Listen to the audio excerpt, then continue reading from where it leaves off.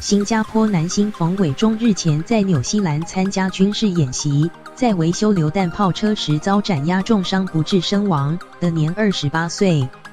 冯伟忠经纪公司负责人昨天28日表示，冯伟忠火化后的骨灰已撒入大海自由了，而他离世后才曝光的圈内女友胡佳琪，则在 IG 限时动态上晒出插画家为两人画的婚纱照，象征圆梦了。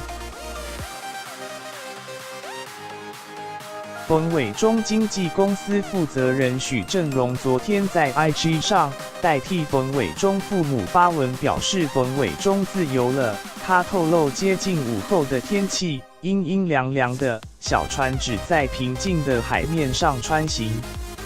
在靠近乌敏岛的海域，我们看着你缓缓地潜入海中。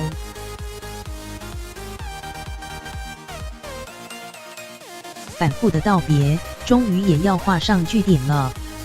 不想给大家负担，是你一贯的风格。